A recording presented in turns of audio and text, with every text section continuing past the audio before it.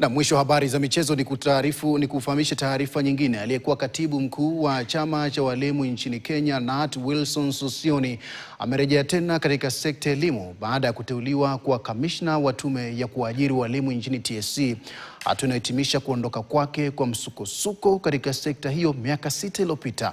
Hata hivyo, kurejea kwake kunazua matarajio makubwa pamoja pia na maswali kuhusu nafasi atakayocheza katika kuunda mustakabali wa sekta ya ualimu nchini. Usiku wa leo mwanahabari wetu wa masuala ya elimu Ann Musungu anachambua kurejea huku kwa namna ya kipekee na matarajio ya washikadau wa sekta elimu. We would like to see the Sosioni that would remain focused on the issues of the teachers. Akiwa mmoja wa wakosoaji wakubwa wa sera na utendaji wa TSC, Sosioni alijijengea sifa kama mtetezi wa mabadiliko katika usimamizi wa walimu, mara nyingi akigongana na aliyekuwa mkurugenzi mtendaji wa TSC Nancy Macharia. Chanzo cha mgogoro hiyo kinaweza kufuatiliwa hadi mwaka 2017 wakati TSC na vyama vya walimu walipoafikiana kuhusu mkataba wa pamoja wa mishahara, yani CBA, wa miaka 5 uliolenga kuboresha mishahara ya walimu. Hata hivyo, mbali na nyongeza ya mishahara, mkataba huo ulijumuisha mabadiliko ya sera ambayo yangebadili mfumo ya kupandishwa vyeo kwa walimu. Pia uliwataka walimu kushiriki mafunzo ya maendeleo ya kitaaluma na kusajili upya leseni zao za kufundisha kila baada ya miaka 5.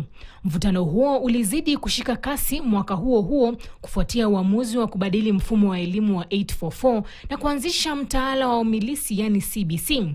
Sosioni alisisitiza kuwa taifa halikuwa tayari kutekeleza mfumo huo mpya. Migogoro hiyo iliisha kwa TSC kuchukua hatua ambazo hatimaye, the next chapter of my life, God knows, zilisababisha kufutwa kwa usajili wa Sosioni mwaka 2018 baada ya kuteuliwa na chama cha ODM kuwa mbunge mteule aliyewakilisha maslahi ya walimu. Sosioni alipinga uamuzi huo mahakamani. Ila mwaka 2021 aliamua kujiuzulu siku chache kabla ya uchaguzi wa Nat, ambapo alikuwa anatarajiwa kumenyana na aliyekuwa naibu wake na ambaye sasa ni katibu mkuu wa chama hicho, Collins Oyuu. Don't think I was imagining this today. I had imagined it long ago. Only that teachers have not wanted me to leave. I've been very conscious about the desire of teachers to continue having me. But now they should know I have gone. Sasa Sosioni amerejea, lakini safari hii akiwa ndani ya uongozi wa TSC. Rais William Ruto amemteua yeye pamoja na Antonina Lentujon kuwa makamishna wa tume ya kuwaajiri walimu. Mwanaharakati huyo wa zamani wa masuala ya elimu sasa ameabiri chombo cha kufanya maamuzi, huku masuala mengi aliyokuwa akipigania yakiwa bado hayajapatiwa ufumbuzi.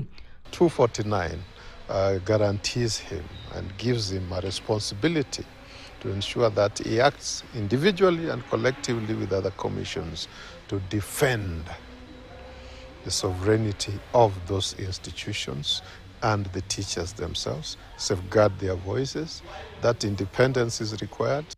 Swali linalobaki sasa ni iwapo Sosioni atatekeleza mageuzi aliyokuwa akiadai kwa miaka mingi, au atakuwa sehemu ya mfumo aliyokuwa akiukosoa kwa nguvu zote. Ann Musungu, KTN, Nairobi.